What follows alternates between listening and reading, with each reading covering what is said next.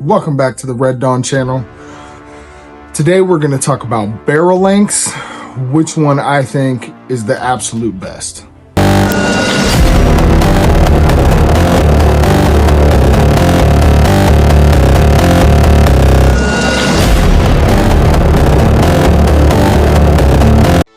Okay, I'm going to make this pretty quick. What I think the best barrel length by far is not 16, is not 20, is not 18, is not 14.5, is not 11.5, is not the 13.7, 13.9, and it's definitely not the 10.3. So with that being said, the master race of barrel lengths for the AR-15 is going to be the 12.5. And why I think this is the best barrel length is because you still have quite a short package. Now with SBRs being zeroed tax dollars, you can SBR yours, SBR this one. And I think you get the best velocity out of a small package as possible.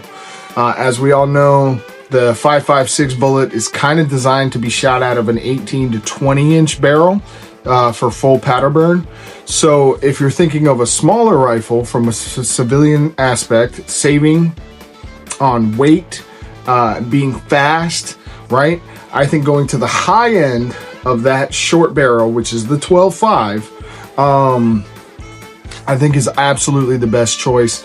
And if you're a bigger guy, so I'm 6 foot, but I think the best option, not just for velocity, why the barrel length is the best is because of rail length.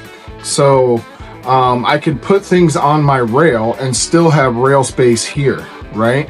So this actually this Surefire, it goes past my rail.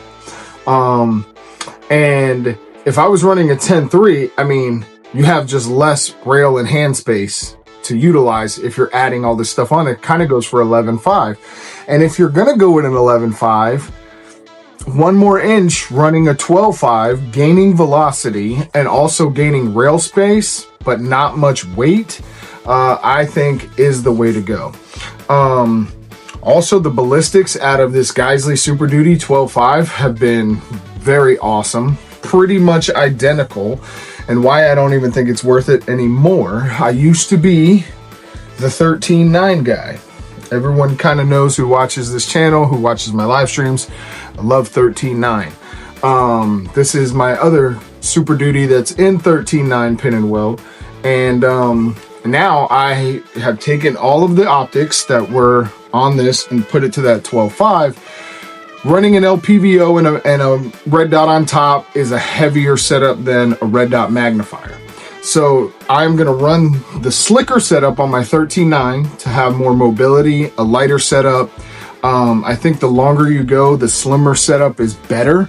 You know, running the Recce or SPR out of a 16-inch barrel, you're adding a lot of weight. Now, I do think I wouldn't go past 14.5 in my opinion. I don't really see a reason. 16, you're going to get quite better ballistics than a 14.5, but having the ability to put a suppressor on your weapon is a capability that you don't want to eliminate just because you want to run this longer gun.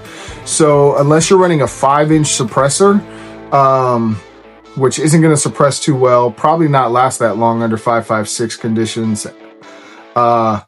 I would suggest the 12.5 because you can still run, which I do, is a 6.5-inch suppressor, and you're looking roughly about an 18-inch weapon at that point.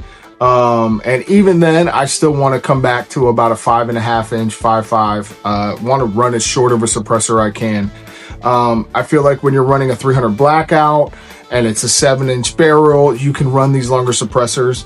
I've just been constantly trying to cut as much weight as possible off my weapon as possible so I can be as quick and be able to carry it for longer periods of time while maintaining that speed, and have just a more enjoyable experience of carrying a rifle for that long or training for that long.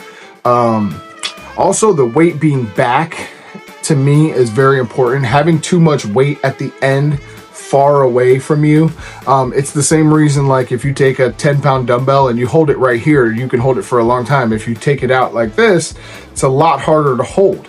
And you want that weight back towards your body, because you have everything underneath you to hold it. Okay, so with all that being said, if you're looking to find out what is the best barrel length, it's definitely the 12.5. You can run the mini recce, you could run a red dot magnifier on this, and it's a super light system. Yeah, that would be my... Wolverines.